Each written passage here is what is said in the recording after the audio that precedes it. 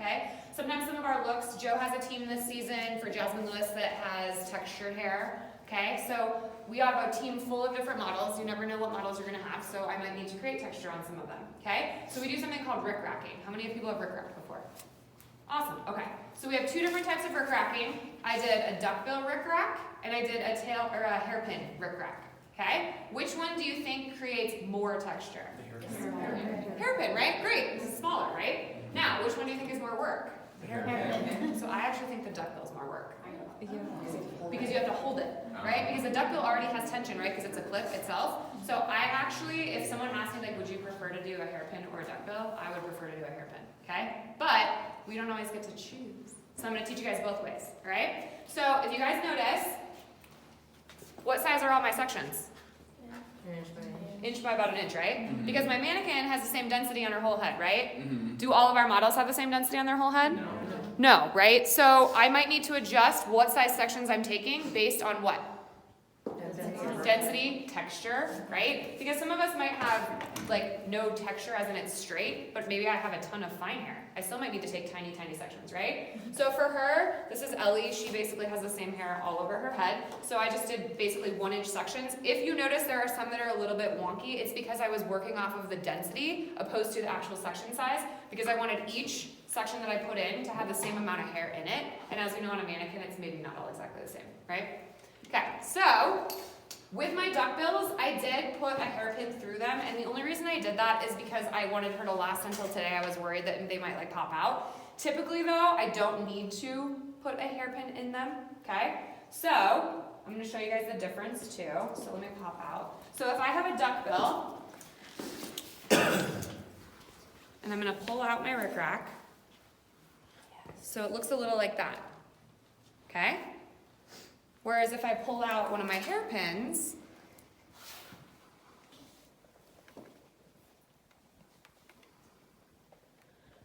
maybe. Oh yeah, those thumbs are gonna I did too good of a job, you guys. She just lives with this style now. Okay.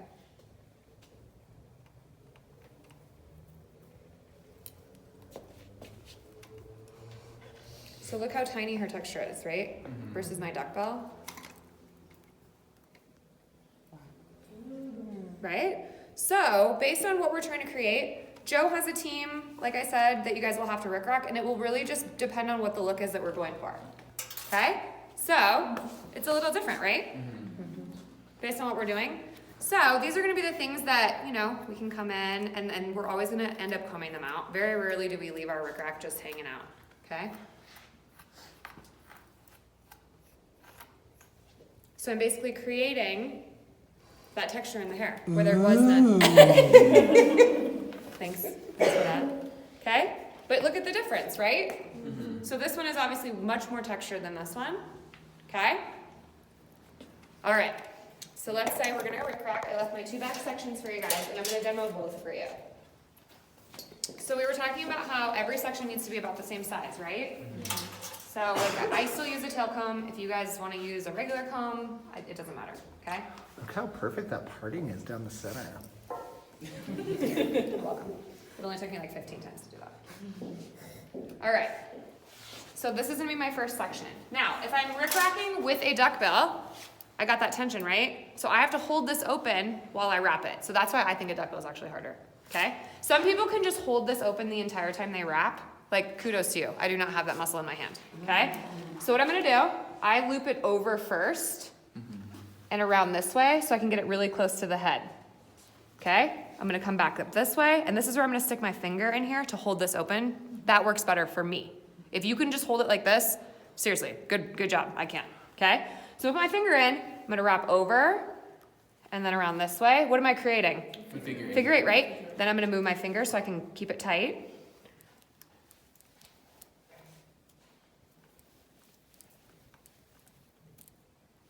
Do you shove it back down every time, every pass, or as needed? Depends on the hair, Okay. right? So with her, I can do a couple before I feel like I have to do that. But if I was working with really like textured or let's say like denser hair, I might have to do every single time. And I will tell you, when I do it on on the hairpin, I do it almost one wrap and then shove it up because otherwise it gets a little complicated, right?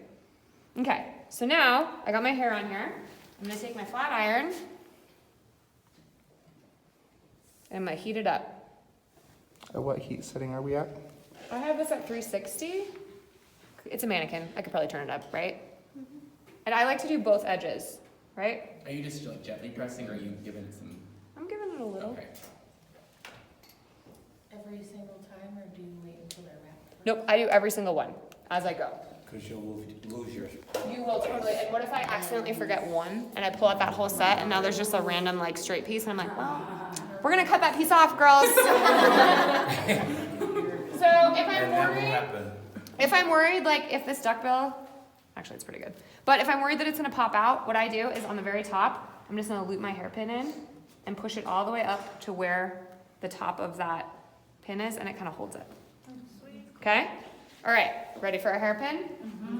Okay, so like we were talking about, we have different sizes of hairpins, right? I will tell you guys, so we have two different types. I have this really cheap kind like this, which is what I buy for Fashion Week, because as you guys saw, what happened to that really tragic hairpin that I just ripped out of her hair? Like, do you think I'm gonna be able to use that again? Probably not, right? So I like to twist them, and it's way easier than having to shove another hairpin up in there and then try and keep track of all of them. So I like to buy these ones. I buy them on Amazon, super cheap for like $1, okay? Also, if they're the hairpins that have ridges in them, how easy do you think that's going to be to take out? It's a lot harder to take the ridge out, which I probably have a couple in there because Do they sell both at like Cosmocraft too? The cheap version and the? I don't think They so. don't- I don't think so. I don't think they sell the cheap ones, I right? think Sally's might have that. I just bought these. These ones are from Amazon. 'Cause, like we have these pink kits, and I literally only have had to fill it like I haven't even filled it again since we got them. So There's still probably time for Amazon. Totally. Yeah. okay, so again, Prime it. same size section, right? Now I didn't put anything in her hair because she's a mannequin. But what do I need to make sure I put on my model's hair? Heat protectant. So I have the Iron Shape from Redken. You can use whatever heat protectant you want. Okay. Also, if I'm adding a little moisture to the hair, it's gonna give me a better set when I hit it with flat iron. All right. Plus, you're gonna get less. You can smooth it down a little bit more, and you have less flyaways, less. Like even though you're creating a fuzzy texture. Okay, so here's my giant hairpin, right? So again, I kind of do the same thing where I'm gonna loop it around both ways so that I can get it all the way down to her scalp. Because what happens if I have some that are off scalp, some that are on scalp, all my texture is gonna be uneven and you're gonna be able to see it, right? Okay, I'm gonna turn it this way so they can see. Okay, and we're gonna, again, I'm gonna wrap it in a figure eight, right? Oh, I said that was on your just on my shoe. toe. Sorry. Boo. Okay, so I'm gonna do one through, move my finger back. One full round, move my finger back. Okay? Keep getting it tight. Make sure that you're keeping it really tight to the scalp. Okay? I usually do like one full round around both and then push it back. So you can keep your finger back there. I also can I tried to do it right-handed and it was a big struggle for me. So probably whatever hand you're the most comfortable with. Listen to your body. Listen to your body. You're the worst. Okay, so when I get close to the end, sometimes I'll like move my ends out so I can really get, because like as her hair, I mean, there's little tiny babies, right? But I gotta make sure I get that because what happens if I leave the end out and I do everything else? It literally looks like someone who's growing out a relaxer. That is exactly what it looks like, right? Stringy, stringy end. Nothing's happening. Did I just drop that in reverse? I sure did. Okay.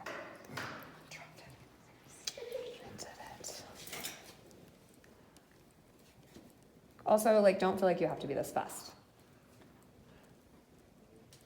Okay, then when I get to the end, I'm gonna take my two little ends and I'm just gonna twist them together, because now it's gonna hold it for me, right? So then I can grab Oh my God. flat iron and get all up in here. Also, be careful, mindful of their root, okay? Because you're gonna be really close to their scalp.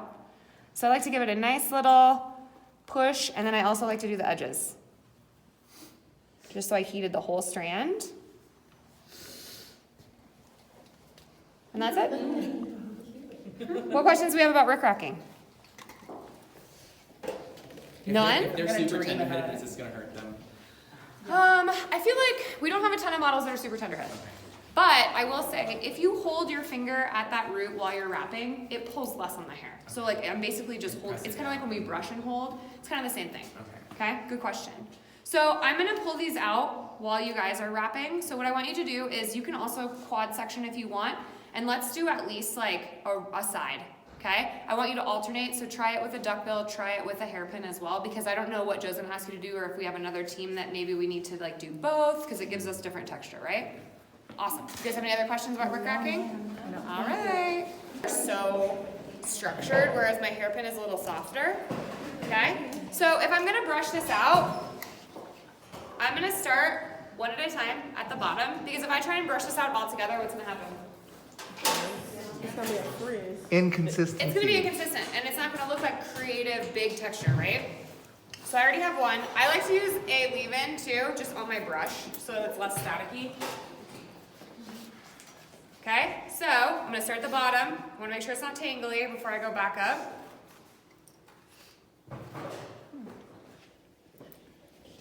Okay, so again, start at the bottom Does it matter which direction? Are you doing down, up, side, like that? with a cuticle. But also, I think, are you talking about what elevation you're holding it at? Oh, elevation. So I kind of am holding it just straight out from where it lives, because that's how you're gonna get that airy, right? I don't wanna pull it all the way down. But yeah, thank you for that question. It also kind of depends on what kind of look you're going for. If you're wanting fluffier and more airiness, the Or if more I'm trying you to hold it create up. something maybe down here, Exactly. okay? Good question, thank you. So cushion brush. Do we think the more that I brush this, the softer it's gonna get? The soft. Yes. Wouldn't it, I think it would frizz up more. Yeah. There's kind of a difference between frizzy and softness though.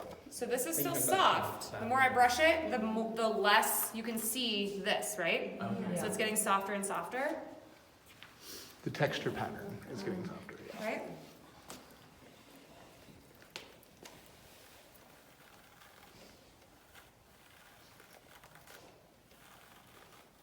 Also, this is the most satisfying after you've wrapped for 50 hours. To brush it out, you're just like, oh God, I did that. This is all duckbill side. Yep, this is all duckbill side. See how she's taking each individual one? Step on the other side.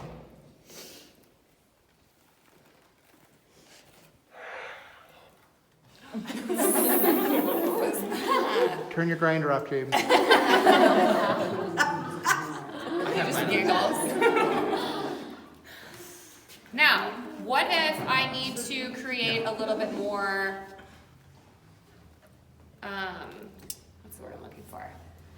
Cohesion. That's what I'm looking for. What else could I do with this? I don't understand the Something like question. how you did that long. Like, how can I make it all form together? French lace it. I could do that, right? So if that's something that, the look I'm trying to create, I could absolutely still go in. And like what Joe taught us, right? Oh. Ooh, we love that packing. Right? Okay. We got a so pack and play. Let me pull out my So hairpin there's- side. There's one look that's going to be that texture, and then they want it flat.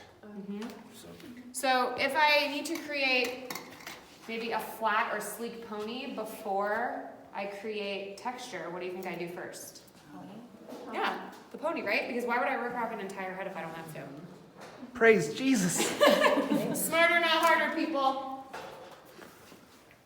Which whoever will be working on Jasmine Lewis's section, she does have some looks in there that are ponytails into Rik Racking. Jasmine, What did I say? Justine. Meh.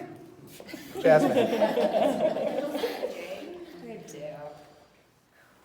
So I can just keep brushing it if I need to. If it needs to more, that's fine. Here's the deal, it's never gonna go away. I can brush this for an hour and it's still gonna be in there.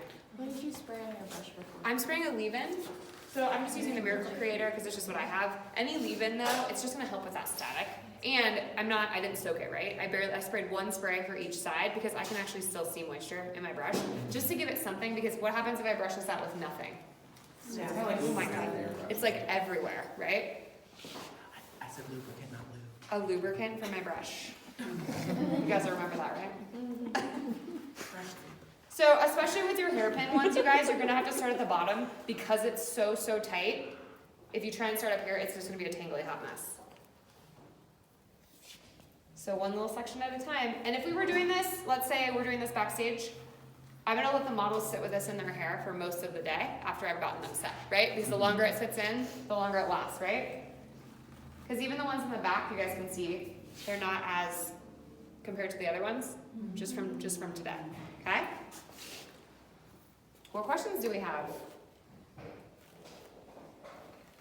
None. What if you were doing, not necessarily the sleek pony with the Rik Racking, but the sleek down to here with Rik Racking?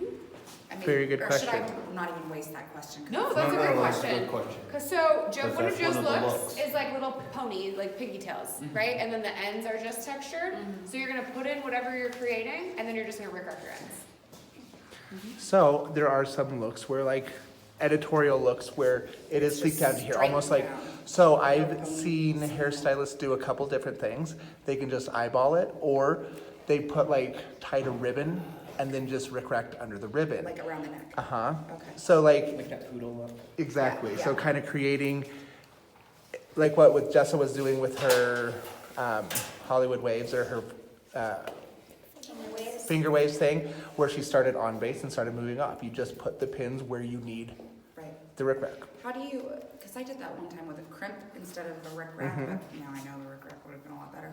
But how do you keep that sleek instead of triangling out with the volume? OCD and patience. You can always go back and like take tiny sections and like flat iron it back down. It starts with a good base though. If you do a really great blow dry or set them really perfectly, it all starts from there. Okay. Especially when you're doing photo or editorial work, your base is everything. How you start from the minute they get into the room, like from whether you're shampooing and blow drying them, shampooing, setting them, like everything matters from the minute you get their hair. What questions do we have? Are we excited? How'd you get so pretty?